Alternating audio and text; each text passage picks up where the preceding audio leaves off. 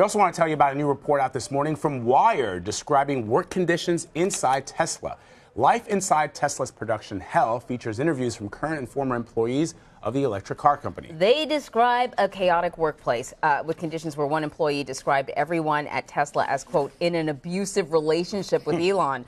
CBS News has reached out to Tesla for comment and has not heard back, but Nick Thompson is the editor-in-chief of Wired, as well as a CBS News contributor, and joins us now. Nick, wow. I mean, the article really paints a picture, and I think calling it an abusive relationship is really, really accurate because people want to work for Tesla. They do. They want to stay. They don't want to leave. They want to stay. Right. But man, abusive. Okay, so let's talk a little bit about what some of the employees had to say about what it was like there. Yeah, so our reporter Charles Duhigg went and he talked to tons of people at Tesla, and they had very similar things to say, which is that they believe in Tesla's mission. They are pleased that it is now succeeding, but it has been crazy with Musk walking around, firing people on a whim, describing people as idiots, demoting people. Everybody lives in fear of him, particularly in the last year. He used to have a bunch of senior people who would keep him in line, who would keep him off Twitter, would keep him from erupting. They all left, and he became unleashed, and things went nuts. You know, in the piece, you have somebody saying he was always a mad genius, but he was about 95% genius and 5% mad. Seemingly, that's changed now. I want to play a clip of him in an interview with Leslie Stahl on 60 Minutes. Let me play that, and let's talk about it. There are charges of unreported injuries, excessive hours, abusive conditions. Well, it's important to emphasize that there's been an aggressive campaign by the UAW to absolutely attack Tesla with a load of nonsense in order to try to unionize the company. So you think they drummed up these charges? Yes, these are outer nonsense. Well, there are several investigations by the press and by regulators in California about injuries on the job, breathing toxic fumes, stress injuries, over 100 ambulance calls. I don't think that's correct. I mean, I was literally living in the factory. If there's like toxic fumes, I'm breathing them. Okay.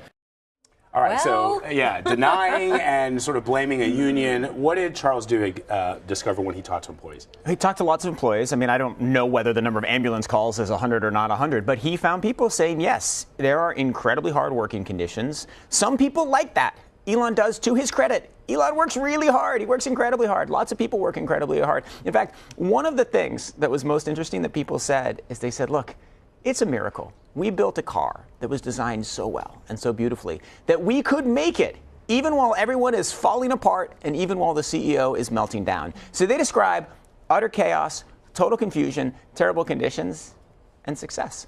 And you know, the thing about it is the Tesla vehicles are beautiful vehicles, and you really do get the sense that they are breaking the mold, that the new norm in the future will be something similar to Tesla. It is quite an accomplishment. I'm wondering your take. You know, we've seen Elon Musk be very public during this very turbulent time. Yeah. Of course, there's that podcast that he did where, you know, he dabbled a little in the funny cigarettes, as my dad would say. Wacky tobacco. Yeah, the wacky tobacco. You know, but he does that. the 60 Minutes interview. He spoke to Gayle King. I mean, he's been very open and willing to talk during this turbulent time. Why do you think that is? Well, I mean, part of what he's been very willing to do is to be on Twitter and talk to people directly there. That's and I think true, that's too. Part of what people told Duhigg, our reporter, is that it's the fame that has gotten to him. It's the fame and the adulation. Right, when he tweets something, just thousands of people tweet back and say, you're the best. He gets all this. He's now started dating celebrities. That there's been a real change in who he is, and that's been part of what's inverted him. Back to your quote, or to the quote from the story, he used to be 95% genius and 5% mad, and that became inverted. And I think a lot of the attention, which he clearly loves, is changing him. But I think you've also seen another change in him, which is that during the summer, it was just nuts every day. During the fall, now that their numbers are better, and now that their earnings are better, and now that the stock is up, he's pure, like in 60 Minutes, he looks better than he did in Joe Rogan, right? So, and he looked better in Joe Rogan than he did on Twitter in the months preceding that. So it's possible that he's coming out of the mess. Oh, you know, I appreciate the kind of journalism that Charles did for Wired, because we've talked about this before. I think there's a real priority issue in this country where we fetishize CEOs and elevate them above everybody else when the workers who are toiling and struggling in factories and in plants and even in the boardrooms, it's the same for everybody. Everybody's going through what sounds like an abusive relationship, and yet the CEO gets all this sort of laudatory press. He dates models, and he lives this incredibly charmed life. And he comes from money. I mean, let's not forget his mother was an incredibly famous model. And so I just think it's time to tone it down a bit. So this kind of journalism is important.